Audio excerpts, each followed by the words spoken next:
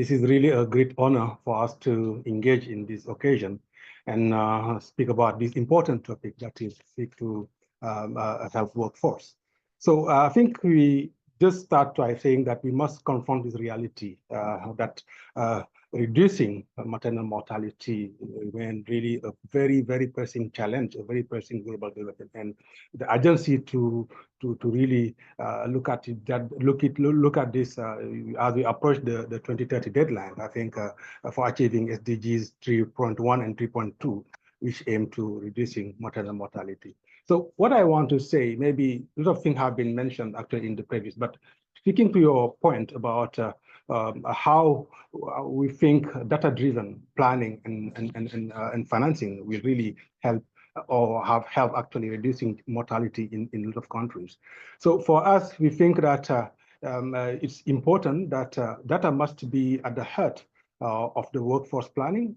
If we want to reduce child mortality and maternal mortality, without reliable data, it's not possible actually to accurately assess health workers and then identify the skill gaps that are important really to know, to understand, and to document. Also to look at measuring the quality of the service that are being delivered. So just an example of something that is really important and speak to data-driven. Geospatial mapping, for instance, of the distribution of health workers. That's a very simple and unique approach of really, of the value of data-driven planning, where you could know where, what are the gaps and where actually are the issues in terms of health workforce to target actually investment and also underscore or identify those underserved areas that are really important. So recently, in a workshop, in a meeting with the West Africa Organization, West Health Organization, where we looked at issues on health workforce in the West Africa region, we identified several issues. Some have been mentioned, but I'll just mention the one that have been mentioned so far. Of course, the funding gap is there, but also the issue of motivation and retention has been properly highlighted and documented, and it has something that hinders a lot of effort that are being done. But also, someone talked about the gender disparity, the gender issue, the gender gap actually in the health workforce, which is also critical. You refer to the leadership, which is rare, and we all know the issue of the leadership there. But also the pay disparities. I don't know how much we talk about the pay disparities between men and women in that area. Also, the limited career progression opportunities, because as a woman, it's very hard for some of them to go further into the, into addressing their career and all of that. And that has been also documented in some of those countries. But more importantly, actually, is the leadership and governance bottlenecks that are there. Because you see policies that are there, there are policies, but some of the policies are most of the time inconsistent. They are not speaking, they are not aligned with actually what actually has to be done by the country. So to that extent, actually, we need to maybe going back to the issue of data-driven, in helping identify where maternal mortality rates are highest and also where maternal health workforce shortage are the most accurate.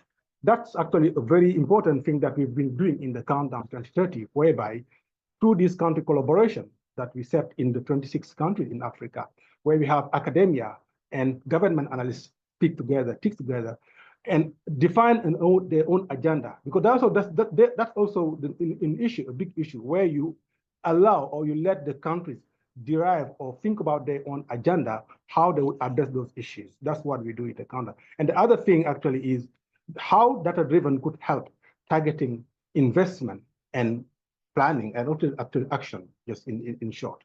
So basically what I want to say before probably just sharing a few action points that I think are important is it's important for us as players, as really, program and data people to accompany, to work with those countries and government in particular into not only advocating for data-driven planning, but also helping them into doing that, because the capacity sometimes is also lacking.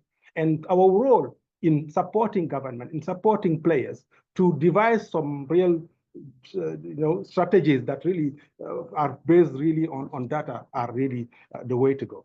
So as we conclude, we will just want to make 2 or 3 points.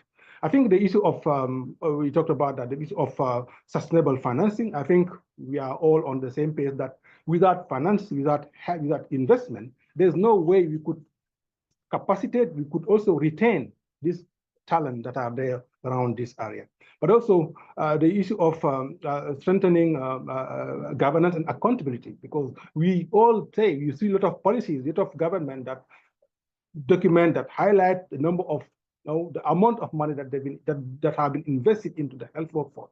But then if you look at the impact and also the quality of care, you question actually how far we are really challenging, we are really going deeper into, evaluating those strategies and policies to ensure that, it is really addressing critical points. So as we conclude, I think we need to mention maybe two. Government must lead an integrated and health workforce strategy into national development agenda. I think that has been mentioned. Civil society, someone has mentioned that the role of civil society and professional association to advocate for health workforce welfare and equity, ensuring that accountability to the community we serve, actually. And the last one actually has to do with private sector, because we've seen in those evaluations and also in those work that we've done in the past, how the private sector can support through innovation. And actually, you have some concrete example of innovation that have been done in some countries where, the digital application to monitoring pregnancies and all that have been really wonderful to improving actually these services. So in closing, achieving the SDG target for MNHC is possible, but requires urgent, collaborative, and sustained action. Let us commit to empowering health workforce as the cornerstone of health systems that deliver not just survival, but dignity actually, and quality of life for all of us. So I'll stop there for the sake of time, but also happy to answer any questions that you may have on that. Thanks, and over to you.